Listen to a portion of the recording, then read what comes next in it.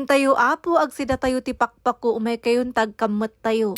So yun na at may nadaanan nga kaming pakpako sa may palengke. So anya pengengarod aramidon midi, ginatang min ato 30 pesos mat data may sa bundle. Yung iba hindi nila alam to pero malamang sa malamang yung mga foreigner alam din nila to. At yes naman pala man suman, naguulam din kami nito kaya naman iinsalada ko garud. Salada ni Maria Kasjay.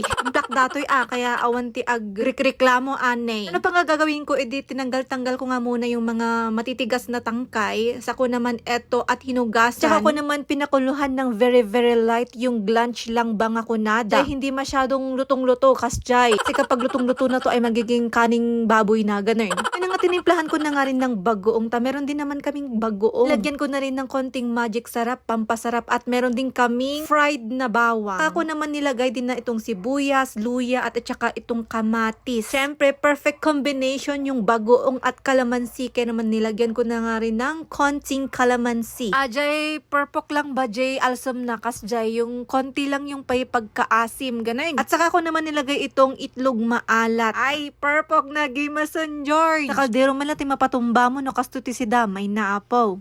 Kaya naman kaway-kaway sa mga nag-uulam din ng pakpako dyan. O, diba? Kastoy ti si da nga, bihira lang talaga nga masidami dito'y bagyo. Kaya naman, thank you Lord talaga at may nahanap nga akong pakpako doon sa may palengke. Eto at sinamahan ko na nga rin ng prinitong galunggong. Ko lang kung galunggong yan, basta kapatid ng galunggong. Kaya naman, ano pang gagawin natin? Idikain tayo. O siya, halina kayo at kumain tayo. Kaya naman, hanggang dito na lang muna for today's video. Thanks for watching. Thank you so much, Lord.